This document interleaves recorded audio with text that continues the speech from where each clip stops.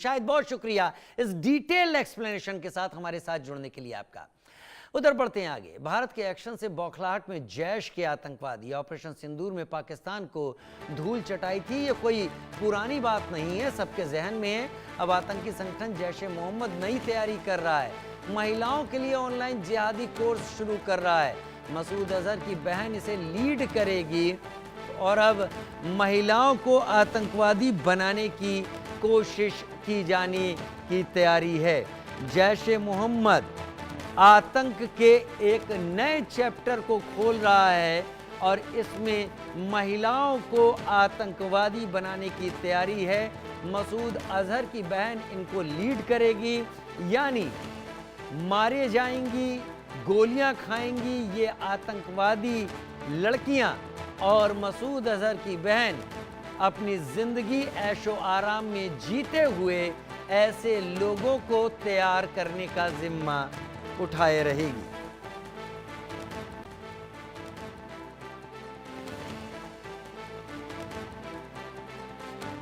अब आतंकी संगठन जैश ए मोहम्मद की नई तैयारी, महिलाओं के लिए ऑनलाइन जिहादी कोर्स शुरू करने की बात कही जा रही है। जैश ए मोहम्मद का सरगना मसूद अजहर, जिसका परिवार ही ऑपरेशन सिंदूर की भेंट चढ़ गया।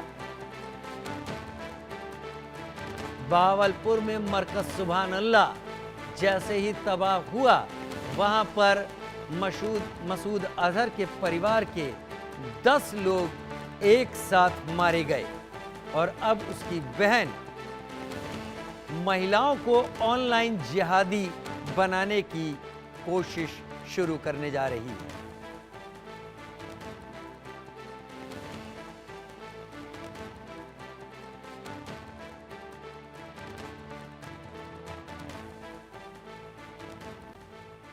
बहुत जल्दी हमारे संवाददाता हमारे साथ इस वक्त जुड़ने वाले हैं।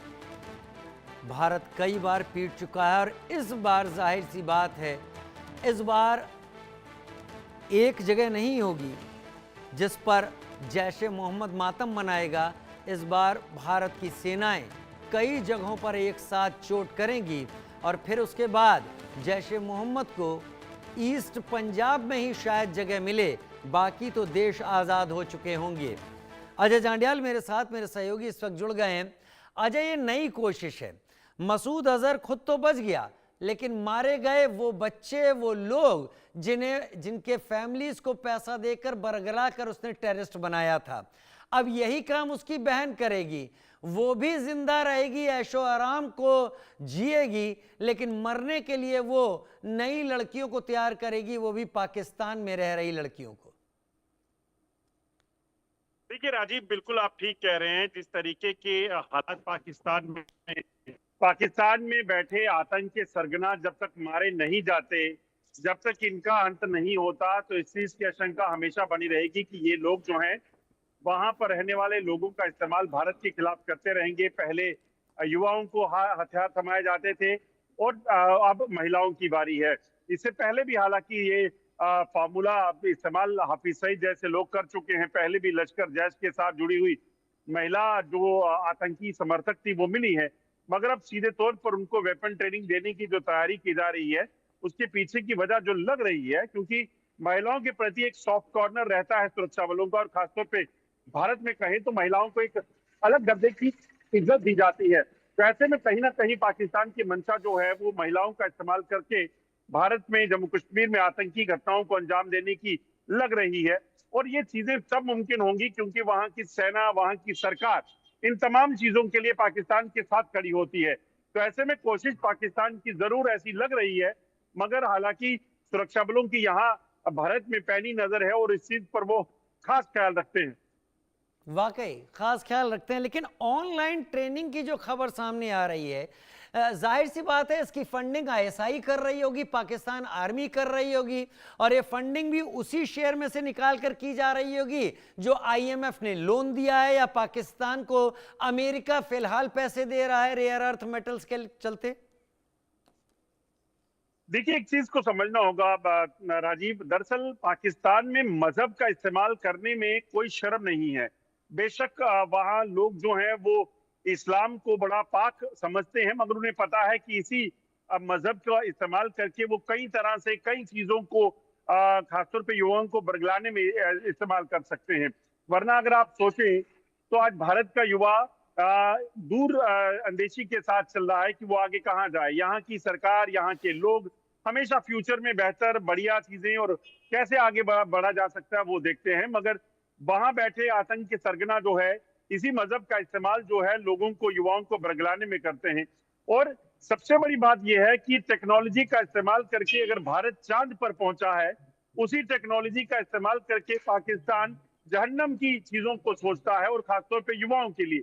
यही वजह है कि जो जानकारी मिल रही है, अब ट्रेनिंग के जरिए, सोशल मीडिया के जरिए महिलाओं को ट्रेंड करके आतंक का पाठ पढ़ाया जाना शुरू किया गया है। और इसका मकसद जो है वो कहीं ना कहीं ये है कि किसी भी तरीके से महिलाओं को, जो मैंने कहा कि एक सॉफ्ट कॉर्नर रहता है सुरक्षा बलों का और भारत में, उन महिलाओं का इस्तेमाल जो है आतंकी गतिविधियों के लिए किया जाएगा। आप देखें तो इससे पहले भी कई बार इस चीज को देखा गया है कि पाकिस्तान इन महिलाओं के जरिए जम्मू कश्मीर में भारत में जासूसी कराए। वाकई जासूसी और ये सारी चीज़ें जो कुछ कराने की कोशिश हो रही है, क्योंकि ये बड़ी खबर लगातार जिहादी कोर्स चलाने की तैयारी है। और ये जिहादी कोर्स चलाने की तैयारी केवल ऑनलाइन है या कि कैंप्स का भी इस्तेमाल करने की तैयारी है, वो कैंप्स जो कि अब एक्टिव करने की कोशिश हो रही है? अजय, देखिए राजीव, मैं आपको बताऊं, जो जानकारियां मिल रही हैं उसके मुताबिक दरअसल पाकिस्तान में जब आतंकियों के खिलाफ ऑपरेशन सिंदूर में बड़ी कार्रवाई हुई और वहां पर तमाम आतंकी जो ठिकाने थे, जो बड़े ठिकाने थे, उनको ध्वस्त किया गया था। 9 ठिकाने जो है वो, चाहे वो बहावलपुर का था या बाकी थे, उनको तबाह किया गया। तो उसके बाद पाकिस्तान ने उन ठिकानों को शिफ्ट करके खैबर पख्तूनख्वा के इलाके में और बलूचिस्तान के इलाके में ले जाने की बात की थी, मगर लॉन्च पैड्स को वहीं रखा गया था। अभी जो ताजा जानकारी है, जम्मू कश्मीर में आतंकी घटनाओं को बढ़ाने के लिए पाकिस्तान लॉन्च पैड में फिर से आतंकियों को पहुंचा रहा है। दरअसल आप देखें तो एलओसी पर जो कार्रवाई हुई थी उसके बाद वापस रीबिल्ड करने के लिए जो बंकर्स और ठिकाने थे को वो प्लान शुरू किया गया था, तो उसमें आतंकियों को वहां पर रखा गया।